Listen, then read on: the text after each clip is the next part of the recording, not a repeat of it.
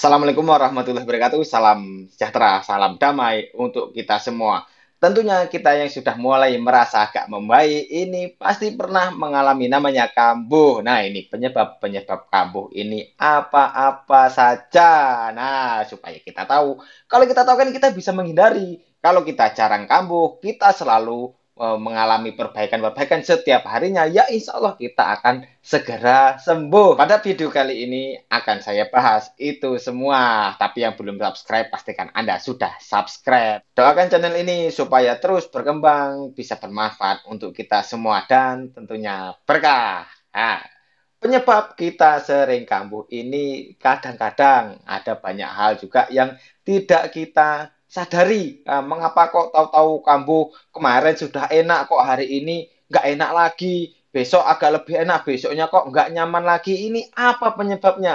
Apa yang salah? Nah, simak videonya baik-baik, tidak usah dicepet-cepetin jika ingin segera sembuh. Nah, yang pertama, yang paling sering karena memang itu juga dari pola kehidupan kita yang lalu, yaitu telat makan. Menunda makan dan telat makan ini hal yang memang sering kita lakukan ketika kita sebelum terkena asam lambung. Nah, biasanya ketika kita sudah mulai agak membaik, telat makan atau menunda makan ini timbul lagi. Nanti sajalah makan, bentar lagi lah, bentar lagi lah. Nah, hari itu tidak apa-apa, besok mulai agak meriang-meriang lagi, nggak enak lagi, kembung lagi. Nggak percaya? Buktikan. Nah, yang kedua, yang paling umum juga itu salah makan. Nah, jadi bagi saudaraku yang sudah agak mulai membaik, jangan dulu penasaran sama namanya makanan. Nah, ketika Anda sudah penasaran sama makanan, terus Anda mencoba tahu itu kambuh. Nah, simak di part 27. Supaya apa? Kalau kita tahu penyebabnya apa, maka Anda tidak cemas. Hindari dulu makanan yang itu, berarti belum bisa makan yang itu. Coba dulu makanan yang lain yang kira-kira lebih nyaman. Kan seperti itu. Daripada kita salah makan lagi. Nah, terus yang ketiga, terkena dingin. Nah, terkena dingin ini bisa jadi apa kita kehujanan atau ketika hujan kita berteduh terus terkena angin dingin itu pun bisa kambuh, atau ketika kita yang keluar malam apa kerja apa kita nongkrong sama temen itu biasanya kalau malam sudah agak enakan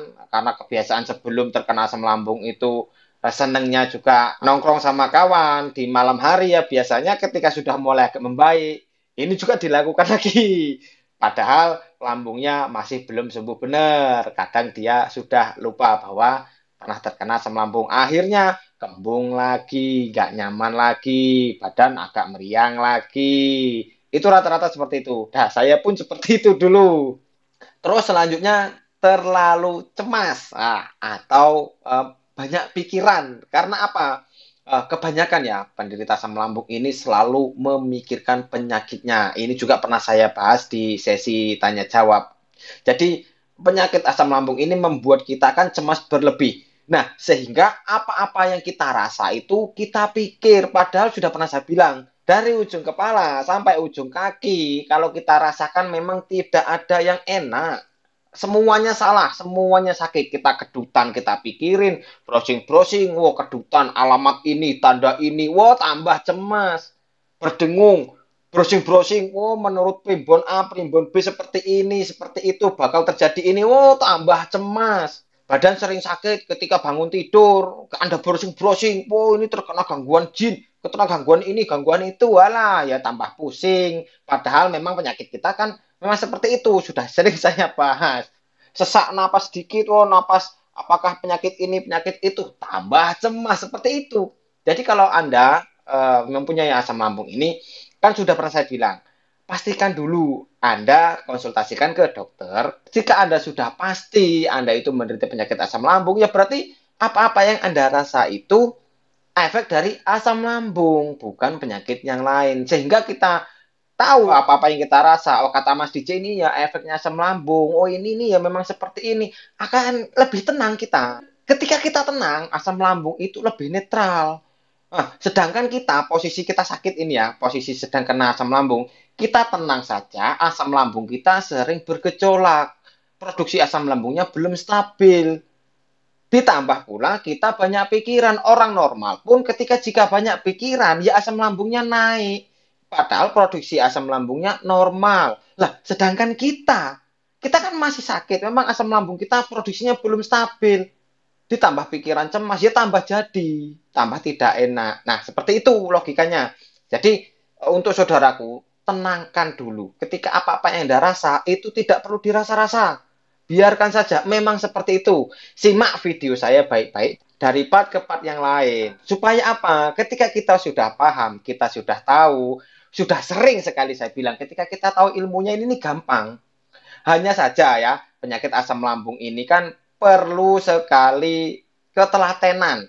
Apa-apa yang kita lakukan itu banyak, setiap hari itu banyak. Kita harus menjaga A, B, C, D, E, F, G. Misal seperti itu.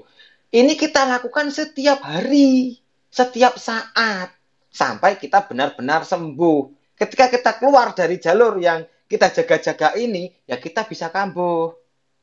Nah, caranya bagaimana? Simak video saya dari part 1 sampai part yang berikutnya, terus disimak.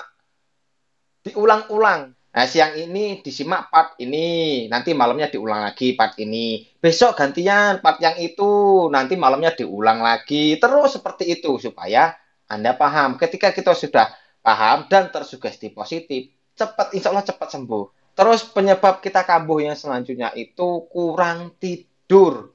Nah, kurang tidur ini memang banyak faktor, karena memang ketika yang masih fase awal juga tidur masih sulit, masih sering gelisah, kadang yang bekerja atau ketika malam sedang istirahat, yang mempunyai anak kecil, anaknya bangun, terus begadangan. Nah, ini menyebabkan kita kurang tidur. Ketika kita kurang tidur, maka keesokan harinya badan kita tidak enak lagi. Nah, bisa Anda perhatikan sendiri, ketika hari ini kita sudah agak enakan, misal ya, terus malamnya kita kurang tidur, besok pagi, bangun pagi pun badan sudah tidak enak. Sudah banyak pegal, seperti mau meriang, siang sampai sore itu kadang nafas itu kalau kita rasa dari hidung itu nafasnya agak hangat, kan menandakan badan kita agak tidak fit. Nah, seperti itu harus kita perhatikan apa-apa yang kita lakukan. Kalau kita tahu, insya Allah kita bisa melakukan apa yang terbaik untuk diri kita sesuai dengan kondisi kita masing-masing. Nah, terus penyebab kambuh yang selanjutnya kelelahan. Nah, ini pasti orang normal pun ketika dia kelelahan juga asam lambungnya pun bisa naik. Sudah lelah pikiran, kadang lelah tenaga ya bisa naik. Apalagi kita yang sudah terkena penyakit asam lambung. Ini juga pernah saya bahas di video-video saya sebelumnya. Terus sering rebahan. Nah, ini pernah saya bahas di part 33. Jadi hal ringan, hal sepele yang tidak kita sadari ketika hari ini sudah agak enakan kok besoknya agak nggak enak lagi. Ya selain yang saya sebutkan tadi yaitu kita berbaring atau telungkup. Nah, mau kita berbaring atau kita telungkup, ini cairan asam lambung akan mengenai katup esofagus, akan mengenai luka-luka. Kita kan posisi di atas, ini lambung, katup esofagus itu di atasnya. Jadi ketika cairan ini naik ya kesenggol lagi lukanya padahal di sekitar sini. Nah, yang membuat kita agak tidak nyaman di area dada, nafas berat, nafas pendek, sering ngos-ngosan, kadang refleks ya di bagian sini. Nah, kecuali yang perut kita terasa panas, yang perut ada yang berjalan, yang pernah saya bahas di video saya sebelumnya, yaitu masih di area rambutnya juga. Nah, ini semua penanganannya sama. Mau gastritis, mau makronis, mau asam lambung, mau GERD namanya, pokoknya penanganannya kalau di masalah lambung itu sama. Nah, bisa Anda perhatikan sendiri ketika Anda konsultasi ke dokter, pasti kata dokter itu banyak minum, banyak bergerak, banyak jalan, kurangi stres. Ya, pasti. Biasanya ini dokter akan membicarakan ini. Jangan banyak pikiran, Pak, Bu. Asam lambungnya biar netral pasti. Nah, cuman kita yang memiliki penyakit ini rata-rata tidak tahu caranya bagaimana supaya tenang ini caranya bagaimana. Jalan ini yang bagus bagaimana, kapan waktunya. Nah, inilah perlunya mentor. Ketika Anda sudah percaya kepada mentor, sudah yakin, insya Allah dengan keyakinan Anda lekas sembuh. Karena apa? Yang Anda lakukan itu Anda meyakininya.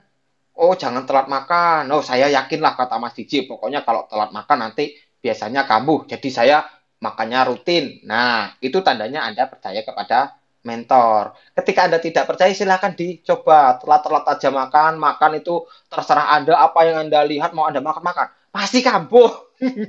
Penyakit asam lambung ini menyadarkan kita ini butuh orang lain. Kita ini masih membutuhkan teman, kita masih membutuhkan saudara. Penyakit ini nih mengingat kita masalah itu. Terus yang selanjutnya, ini juga sering tidak disadari, yang sudah sering saya bilang di video saya sebelum-sebelumnya, itu kurang bergerak. Pokoknya sudah sangat sering saya ulangi lagi, ketika Anda, sebagus apapun Anda mengontrol pikiran Anda, mengendalikan pikiran Anda, kecemasan Anda bisa mengendalikannya dengan baik, tapi Anda kurang bergerak, Anda kurang terkena matahari, padahal Anda sudah pernah terkena penyakit asam lambung, kita akan sering kambuh. Jika tidak percaya, silahkan dicoba. Saya sudah sangat sering membuktikan. Ketika sudah enakan, saya sudah sehat, sudah bisa bekerja, tetapi saya tidak rutin lagi jalan sore. Saya tidak rutin lagi berjemur. 2-3 minggu kemudian badan meriang lagi, perut begah lagi. Itu sangat sering saya alami. Makanya saya terus memotivasi Anda, bergeraklah, jalan. Sore-sore ketika kena matahari habis asar itu nggak apa-apa. Apa ketika siang, tengah hari, panas, apa pagi, terserah, berjemur dulu. Jalannya sore. Pokoknya disimak part 32. Di situ sudah saya jelaskan dengan komplit. Terus penyebab kambuh yang selanjutnya, yang sering juga tidak kita sadari adalah terkena guncangan. Ini sudah pernah saya bahas juga. Karena apa? Asam lambung kita kan kita sudah berusaha netral, kita sudah berusaha asam lambung kita kondisinya, produksinya baik. Ketika terkena guncangan, nah ini bisa mengenai katup esofagus lagi dan membuat lambung kita itu bisa menghasilkan gas. Jadi jangan heran ketika kita dalam perjalanan misal terkena lubang atau kita ketika jalan kita loncat-loncat, perut kita tahu-tahu tidak enak, perut kita seperti tahu-tahu kembung mendadak. Nah itu penyebabnya ya karena guncangan. Perbanyak minum.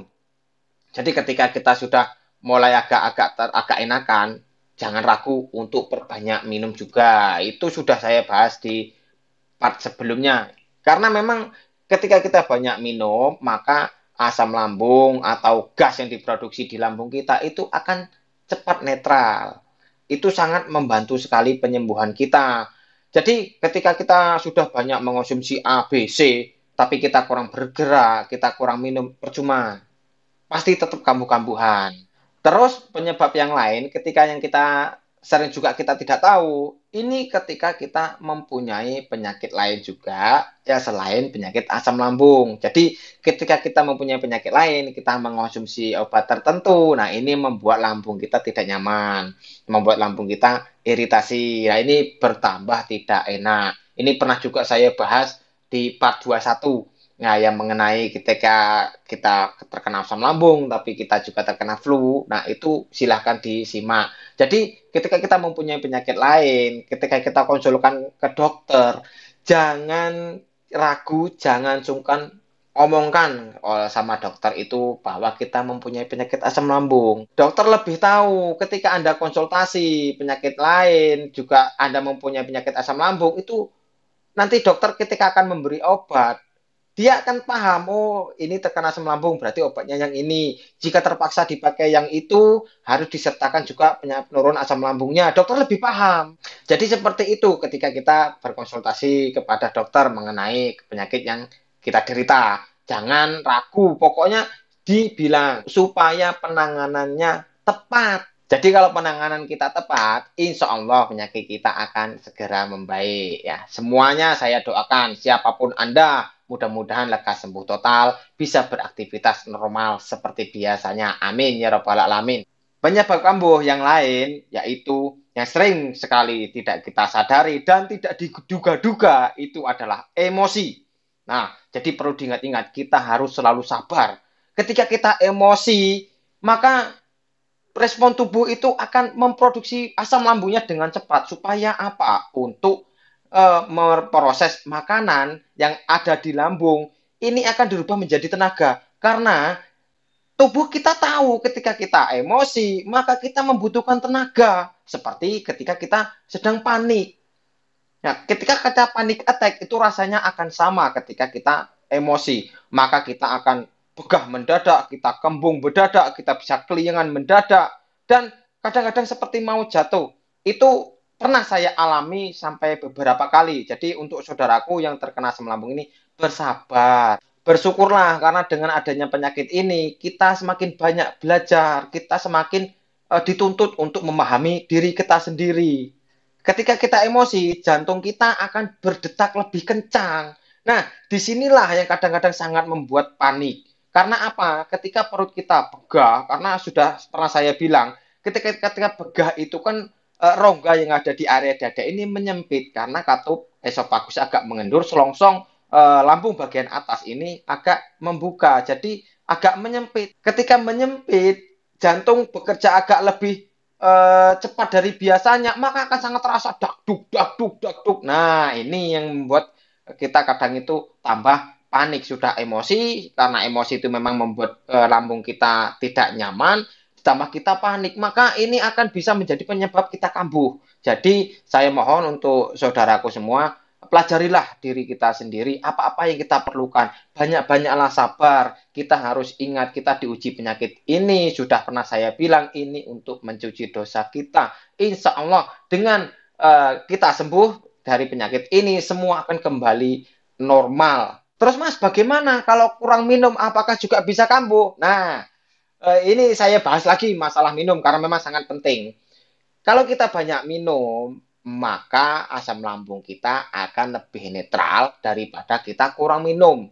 Jadi kalau kita kurang minum, perut kita atau lambung kita itu akan terasa tidak lebih nyaman.